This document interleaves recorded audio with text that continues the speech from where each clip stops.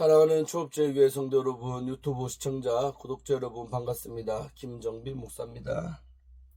간밤에도 평안히 잘 주무셨습니까? 오늘은 2024년 11월 20일 수요일 아침입니다. 오늘도 주 안에서 복된 날 되시기를 주의 이름으로 축원드립니다. 기도하고 오늘의 말씀 묵상을 시작합니다. 하나님 감사합니다. 간밤에도 지켜주시고 새날을 주시니 감사합니다. 오늘 이 하루도 주의 영광 위에 살게 하시고 주의 뜻대로 살아가는 저희들 되게 하시옵소서. 그리하려고 오늘도 말씀 앞에 섰사오니 말씀을 증거하는 종의 입술에 성령으로 기름 부으사 오늘 아버지 말씀을 잘 풀어 증거하게 하시고 말씀 받는 성도의 심령 옥토밭 되게 하셔서 30배, 60배, 100배로 결실케 하여 주옵소서. 주께서 우리와 함께 하실 줄로 믿습니다. 은혜의 시간 되게 해 주옵소서. 예수님 이름으로 간절히 기도하옵나이다. 아멘.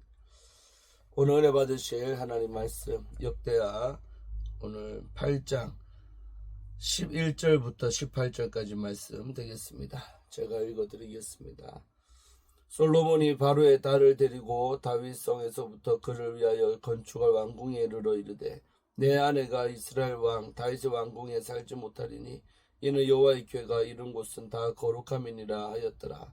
솔로몬이 낭실 앞에 쌓은 여호와의 제단 위에 여호와께 번제를 드리되 모세의 명령을 따라 매일의 일과대로 안식일과 초하루와 정한절기 곧 1년에 세 절기 무교절과 칠칠절과 초막절에 드렸더라. 솔로몬이 또 그의 아버지 다윗의 규례를 따라 제사장들의 반열을 정하여 섬기게 하고 레위 사람들에게도 그 직분을 맡겨 매일의 일과대로 찬송하며 제사장들 앞에서 수종들게 하며 또 문지기들에게 그 반열을 따라 각 문을 지키게 하였으니 이는 하나님의 사람 다윗의 전에 이렇게 명령하였음이라. 제사장들과 레위 사람들이 굽고 일하든지 무슨 일든지 왕의 명령한 바를 전혀 어기지 아니하였더라. 솔로몬이 여호와의 전에 기초를 쌓던 날부터 중공하기까지 모든 것을 완비하였으므로 여호와의 전 공사가 결점 없이 끝나니라. 그때 솔로몬이 에돔 땅의 바닷가의 시온 게벨과 엘롯에 이르렀더니 후람이 그의 신복들에게 부탁하여 배와 바닷길을 아는 종들을 보내매 그들이 솔로몬의 종들과 함께 오빌에 이르러 거기서 금 450달란트를 얻어 솔로몬 왕에게로 가져왔더라. 아멘. 예, 오늘 솔로몬의 어떤 업적에 관한 말씀들이 또 더 이어서 나오고 있습니다. 자, 우리 11절에 보니까 솔로몬이 바로의 딸을 데리고 왔다. 그러니까 애굽의 딸이죠. 그러니까 이방의 여인이죠. 정략 결혼했던 것입니다. 애굽과 잘 지내기 위해서. 그러니까 바로의 딸을 이제 데리고 왔다. 결혼했다는 거죠. 근데 다윗성에서부터 그를 위하여 건축한 왕궁에 이르러 이르되 그 다윗성은 예루살렘 말하는 거죠. 다윗성에서부터 그를 위하여 건축한 왕궁, 자기를 위해서 그 왕궁에 이르러 이르되 내 아내가 이스라엘 왕 다윗의 왕궁에 살지 못하리니 이랬어요. 그러니까 결혼을 했는데 부인은 다윗성에 못 살게 한다는, 살지를 못한다는 거죠. 왜 그랬냐면 이유는 여호와의 궤, 언약궤죠. 언약궤가 이런 곳은 다 거룩함이기 때문에 그렇다는 거죠. 하나님의 궤가 어디에 있느냐? 다윗성에 있죠. 예루살렘 성전에 있잖아요. 지금 안치시켰잖아요. 그러니까 그 거룩하게 된 그곳에 이 부정한 이방 여인을 둘 수가 없다는 것이죠. 그러니까 이제 보면 정략 결혼은 하긴 했지만 그래도 이 이방 여인이 부정하다는 것을 인정하는 거죠. 알기 때문에 거룩한 하나님의 성전이 있는 그곳에 출입 자체도 못하고 살지를 못하게 했다는 거죠.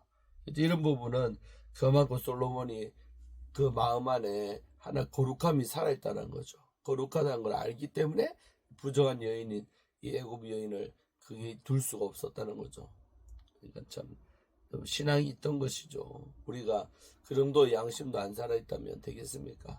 살다 보면 이제 이렇게 구별 짓고 이런 걸 잘해야 됩니다. 근데 신앙이 무너지다 보면 구별됨이 없죠. 분별함도 없고 그냥 막 되는 대로 살게 되는 것입니다.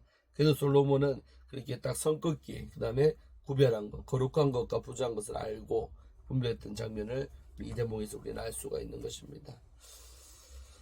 자, 그 다음에 12절에 솔로몬이 낭실 앞에 쌓은 여호와의 제단 위에다가 여호와께 번제를 드렸다는 것, 예배들을 드렸다는 것. 솔로몬이 예배를 드렸다. 번제 드렸다.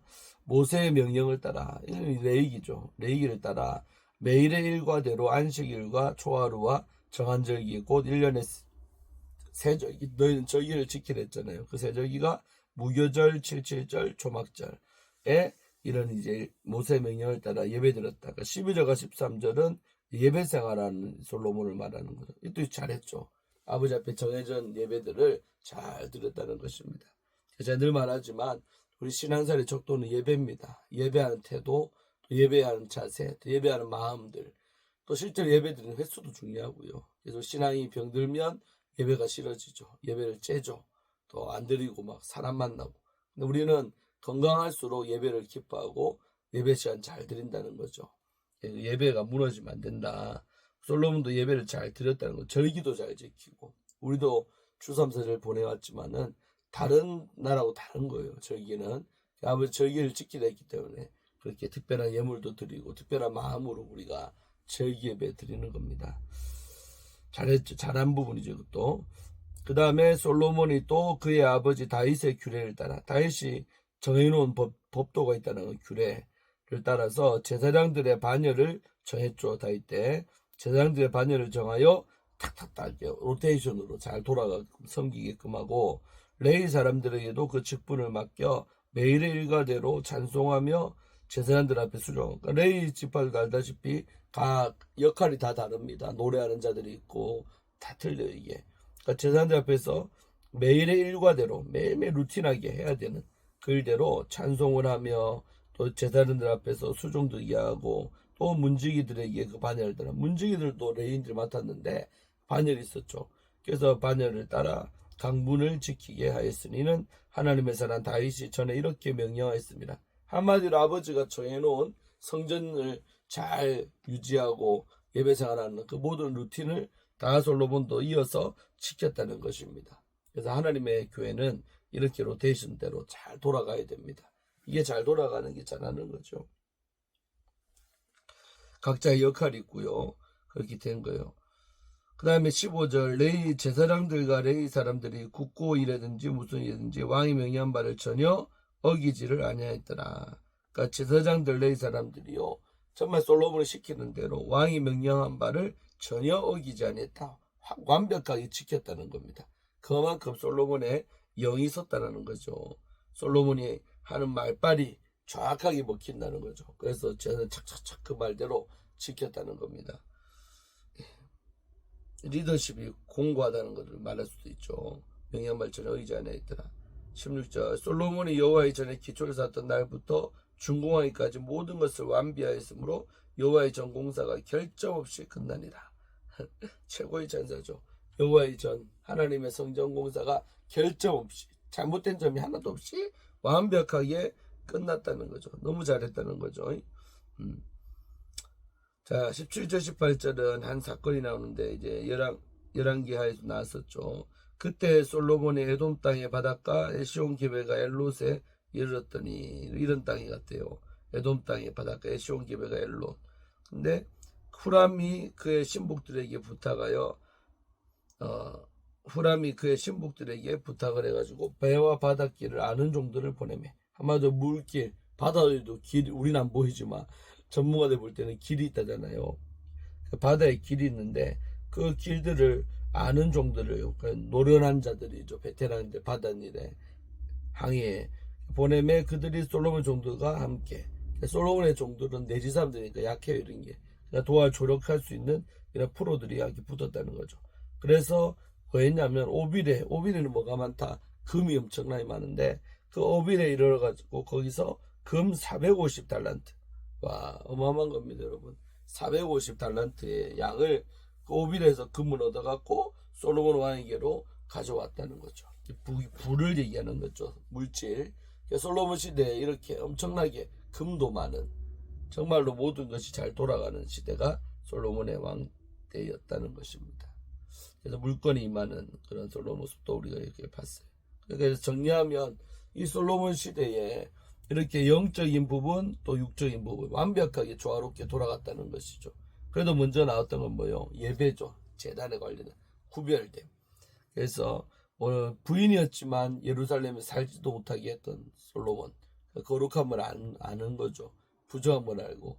우리 안에도 이 거룩함과 부정함을 안다는 게 뭐예요? 죄의식이 있다는 거예요. 죄에 대한 관념. 야, 내가 이렇게 하면 죄 짓는 거다. 부정하게 되는 거다. 그런 분별력이 솔로몬에게 있었다는 것입니다. 믿음이 좋을 때는 이런 거예요.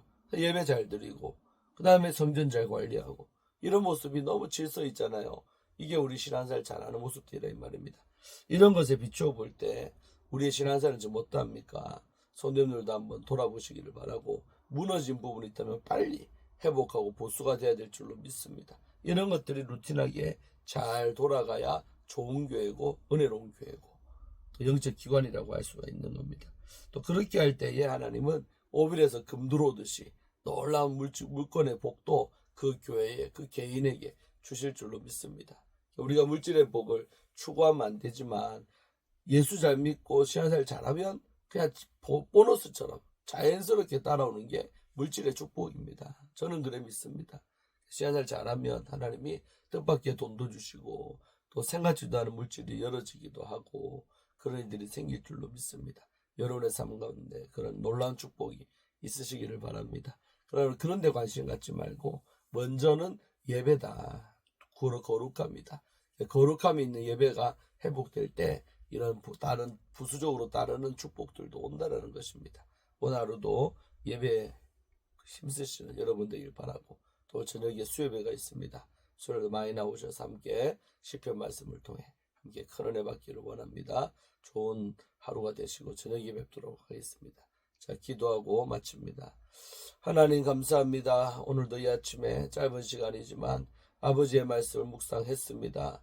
정말 솔로몬 시대에 이렇게 저 나라가 부강하고 잘되고 그랬던 것은 거룩함이 살아있었고 예배가 살아있었기 때문에 또한 각자가 정원이 취해서 자기 할 일들을 최선을 다해 잘했기 때문에 된 줄로 믿습니다. 우리의 삶에도 거룩함, 죄의식이 있게 하시고 분별력이 있게 하시고 또 날마다 예배 생활에 힘쓰는 저희들 되게 하시고 아버지 하나님 내 삶의 루틴한 모든 것들이 잘 되어질 수 있도록 눈이 오나 비가 오나 일정하게 잘 살아가는 저희들 되게 하여 주시고 물질의 복도 보너스로 주시면 얼마나 감사하겠습니까?